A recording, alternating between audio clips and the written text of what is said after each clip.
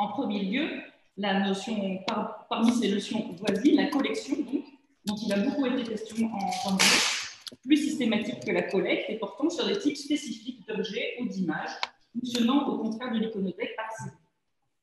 Autre notion, le répertoire, une notion issue du monde de la performance, de la danse, du théâtre, qui le considère comme un script réapproprié à chaque nouvelle mise en scène, mais qui est aussi un terme dont les nouveaux médias se sont emparés et qui nous paraissait peut-être trop lié à la sphère numérique pour ce qui nous occupait. On l'utilisera d'ailleurs plus abondamment en avril pour la période contemporaine. Et ici, vous avez un exemple d'une iconothèque très contemporaine, l'interface d'ordinateur de Hélène Gaudy, qui travaille beaucoup à partir de photographie.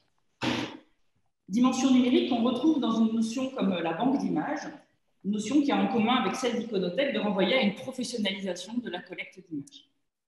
Le terme iconothèque peut aussi entrer en concurrence avec une série de termes qui ne sont pas du tout, eux, professionnels, le stock, l'ensemble, voire le tas, qui évoquent le désordre et le hasard, là où l'iconothèque désigne, dit le classement et l'ordre, s'opposant ainsi au glanage qui désigne l'action de la collecte. Le contraste avec ces termes nous fait penser que l'iconothèque est peut-être un terme trop sérieux pour rendre compte des usages souvent peu sérieux qu'on a rencontrés, et je pense qu'on en discutera sûrement pendant ces 2 jours. Mais c'est le terme le plus englobant, le plus concret qu'on ait eu envie d'utiliser pour couvrir une période aussi longue. Enfin, bien sûr, la notion d'iconothèque rencontre celle d'archives, plus vaste, plus vague aussi, et il sera beaucoup question d'archives pendant ces 2 jours. Avec ce qu'on a pu appeler l'archival term, cette question du rapport à l'archive est en plein essor, notamment dans les domaines de la littérature et de l'art contemporain. Certains d'entre vous sont des spécialistes de cette question. Et nous nous appuierons donc sur des travaux récents concernant l'esthétique documentaire en littérature, ceux de Marie-Jeanne Zenetti, de Claude Pérez ou de Muriel Pi, qui s'y présentent parmi tant d'autres. Et en dehors du champ littéraire, par des théoriciens comme Abigail de Koenig, qui considèrent que l'archive n'est pas un ensemble de données, mais une dynamique. C'est là, en fait, le premier socle de ces journées qui ont choisi comme fil rouge le lien entre iconothèque et archive. L'étude de tels ensembles d'images, tout comme l'étude des murs d'images, qui est un autre dispositif auquel nous nous attelons collectivement, touche à un domaine où les travaux des historiens de l'art sont essentiels. C'est là notre deuxième socle, la recherche des historiens de la photographie, notamment sur les images trouvées, banales, collectées, dont les travaux de Michel Poivert, Clément Chéroux, mais aussi Jean-Pierre Criqui, qui a dirigé un numéro des Carnets du Bal traitant des images déjà là. Malgré l'utilisation large qui a été faite du terme d'iconothèque, notamment par Philippe Hamon dans Imagerie, comme le citaient nos prédécesseurs pendant la journée de janvier, il est essentiel de distinguer et singulariser le terme d'iconothèque par rapport à des notions plus larges comme le biotope, l'univers visuel ou encore l'environnement visuel. Ce sont des notions donc, qui ont été utilisées par François-René Martin et Jessica Desclos en janvier et qui renvoient plutôt à ce que Ségolène Lemaine proposait d'appeler l'hyper-iconothèque ou l'iconosphère, c'est-à-dire la culture visuelle partagée. Cette articulation entre le particulier, l'iconothèque, et le collectif, l'iconosphère, sera l'un des enjeux de ce colloque. Comment une image qui circule devient-elle à moi? Comment les images deviennent-elles mes photos, pour reprendre la dichotomie barthésienne? La question de l'appropriabilité, pour emprunter cette fois à André Günther, nous semble au cœur de la notion d'iconothèque. L'iconothèque aussi entre l'intime et le public, voire l'institutionnel, entre le document et le monument. Certes, comme le disait Jessica Desclos, on ne va pas à l'iconothèque comme on va au musée ou à la bibliothèque. Mais des ensembles d'images constitués pour un usage privé ont pu être pensés comme monuments ou bien devenir a posteriori monuments lorsqu'ils entrent, par exemple, au musée. Ainsi, face à ces termes que nous avons brièvement passés en revue, qui désignent des dispositifs proches, ce qui fait la spécificité de la notion d'iconothèque, nous semble-t-il, c'est son lien au singulier et son ancrage dans un lieu.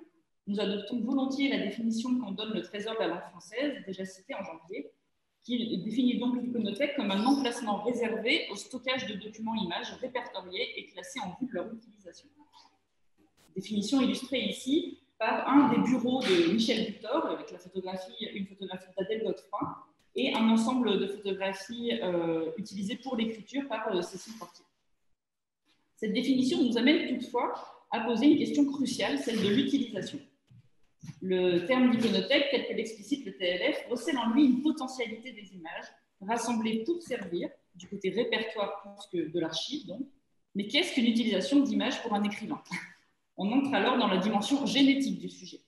Enjeu particulièrement complexe pour ce genre d'objet, Pierre-Marc de Biasy l'a bien rappelé en janvier, le statut génétique des matériaux visuels est souvent difficilement élucidable, d'autant que la référence peut en être exhibée, mais aussi dissimulée au contraire. Les différents usages des images par un écrivain se situent en fait sur un spectre d'action, de l'amassement au détournement, en passant par la mise sur pied d'ensembles iconographiques constitués en vue d'une imprégnation par le classement ou le feuilletement, par exemple. Cette variété se décline également sur une échelle temporelle. Les images sont utilisées immédiatement ou bien conservées pour un usage ultérieur.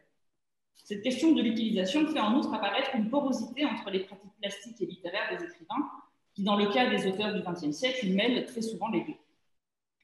Jessica Desclos et François-René Martin y insistaient en janvier. Les utilisations de l'iconothèque évoquent les usages de la bibliothèque par les écrivains. La question est soulevée bien sûr par les nombreux travaux autour des bibliothèques d'écrivains menés entre autres par l'ITEM. Et c'est là notre troisième socle, le troisième socle de notre réflexion. Ces trois domaines de recherche donc qu'on voudrait faire converger dans nos propres travaux sur les iconothèques d'écrivains. Alors à ces questions théoriques au cœur de nos préoccupations s'ajoutent d'autres enjeux propres au concept d'iconothèque.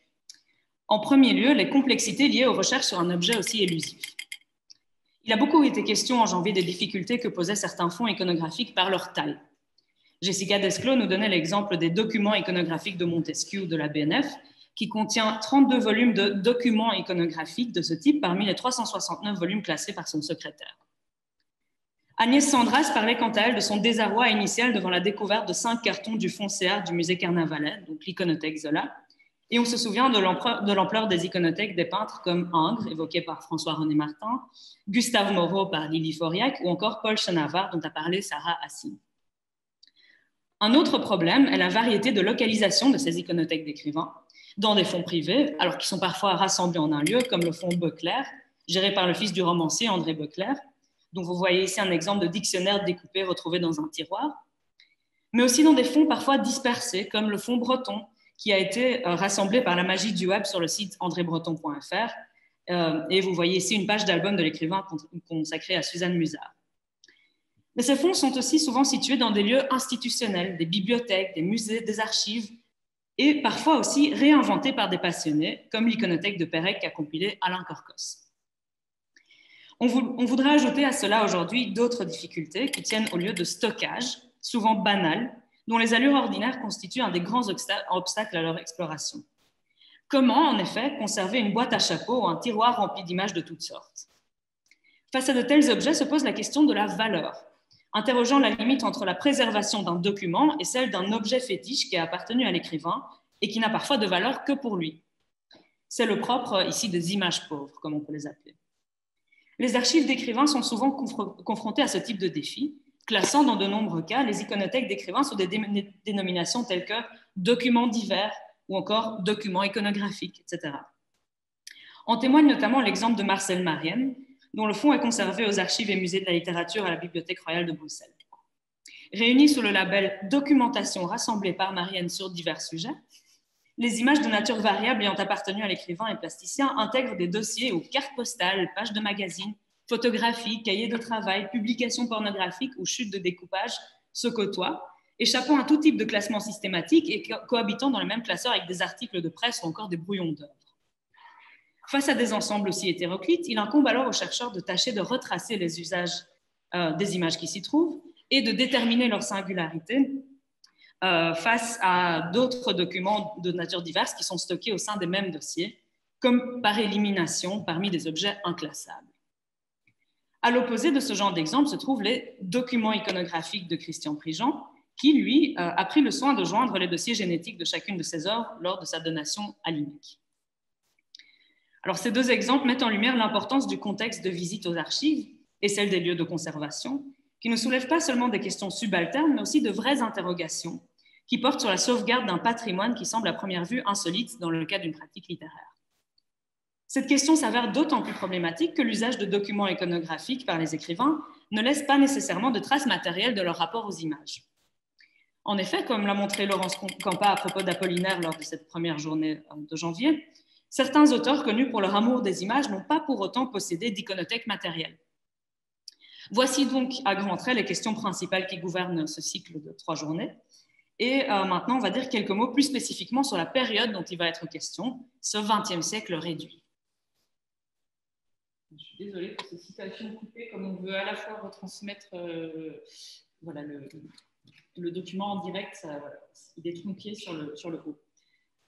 Donc le début du XXe siècle semble accélérer un mouvement amorcé dans la deuxième moitié du XIXe siècle, période qui voit se mettre en place une véritable iconosphère, un ensemble d'images qui circulent, si l'on admet, donc avec Philippe Hamon, que l'image devient visible, qu'elle n'est plus rare, qu'elle n'est plus chère, qu'elle n'est plus réservée aux collections de princes, qu'elle n'est plus difficile d'accès, qu'elle envahit la rue, les vitrines, l'espace public et l'espace privé par les bibelots kitsch des petits bourgeois.